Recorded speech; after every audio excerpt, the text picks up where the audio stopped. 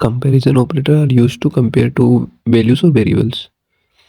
This is important in programming because it helps us to find answer and make decisions. ये जो answer में return value करता है 0 और 1 के फॉर्म में करता है. 0 मीन्स फॉल्स और 1 is true.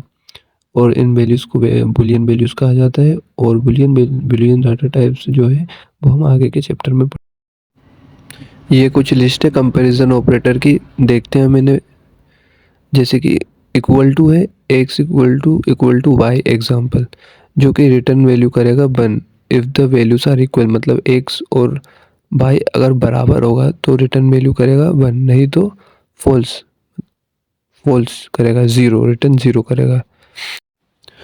Not equal to return 1 if the values are not equal. मतलब x अगर y के बराबर नहीं है तो रिटर्न करेगा 1, और अगर है तो फॉल्स.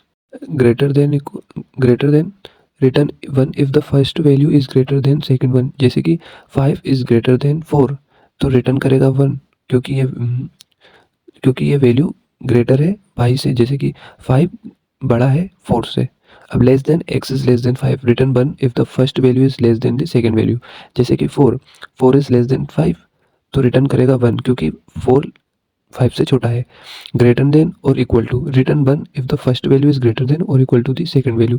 मतलब 5 इज़ ग्रेटर देन और इक्वल टू 5.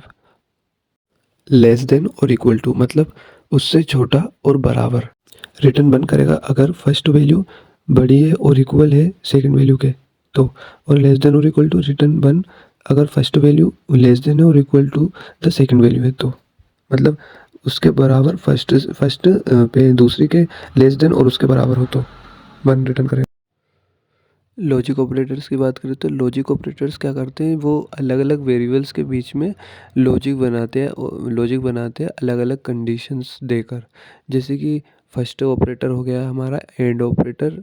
एंड ऑपरेटर क्या करेगा, रिटर्न 1 करेगा, मतलब ट्रू रिटर्न करेगा अगर दोनों स्टेटमेंट ट्रू होगी. जैसे कि x is less than 5 and x is less than 10. अगर दोनों कंडीशन ट्रू होगी तभी वो ट्रू प्रिंट करेगा, नहीं तो फॉल्स प्रिंट करेगा. और हमारा सेकंड और ऑपरेटर रिटर्न 1 करेगा अगर एक भी स्टेटमेंट ट्रू हो गई. और नोट ऑपरेटर हमारा जो आंसर आएगा, जो आउटपुट आएगा उसको रिवर्स कर देगा. अगर हमारा फॉल्स आ रहा है तो उसे ट्रू कर देगा, और अगर ट्रू आ रहा होगा तो फॉल्स कर देगा. अगर अभी हम एग्जाम्पल करके देखेंगे तो उसमें और अच्छी तरीके से समझ आएगा. तो अब हम आ गए अपने कोड पर. जैसा कि आप देख सकते हो हमने एक मेन फंक्शन बनाया. मेन फंक्शन में 2 वेरिएबल डिक्लेयर करे हैं, एक्स, और उसमें वेरिएबल स्टोर किए, एक्स में 5 किए और वाई में 5 करिए. और अब हम इसको डबल इक्वल टू ऑपरेटर से देखेंगे कि ये बराबर है कि नहीं. X equal to 5. तो ये वैल्यू रिटर्न कर रहा है 1, मतलब ट्रू. तो मतलब कि वैल्यू इक्वल है. अब हम नॉट इक्वल टू ऑपरेटर देख लेते हैं. जो हमने एक्स की वैल्यू 5 कर दी और वाई की वैल्यू 3 कर दी है, तो 1 आंसर आ गया. मतलब 5 3 के बराबर नहीं है. तो हम अपने अगले ऑपरेटर के पास चलते हैं, जो कि हमारा X less than equal to Y, जो कि बताएगा कि एक्स लेस देन है 3 से या बड़ा है. तो देखते हैं हम. कंपाइलर ने तो 0 दे दिया क्योंकि ये फॉल्स है, क्योंकि 5 तो बड़ा है 3 से. और ग्रेटर है क्या वाई से, हाँ ट्रू.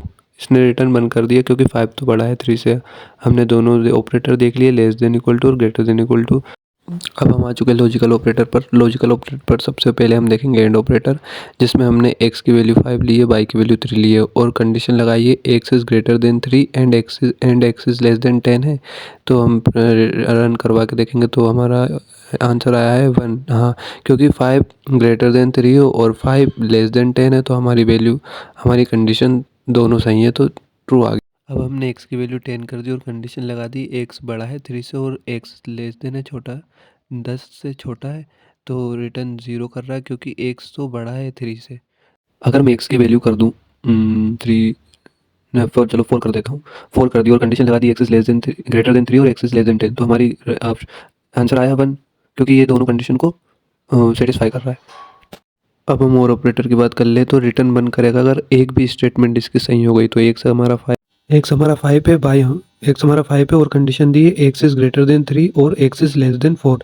तो हमारी एक कंडीशन ट्रू हो रही है क्योंकि 5 3 से बड़ा है और छोटा नहीं है, बट इसमें एक कंडीशन भी ट्रू होगी तो वो ट्रू रन करेगा। तो हमारा आंसर आ चुका है 1।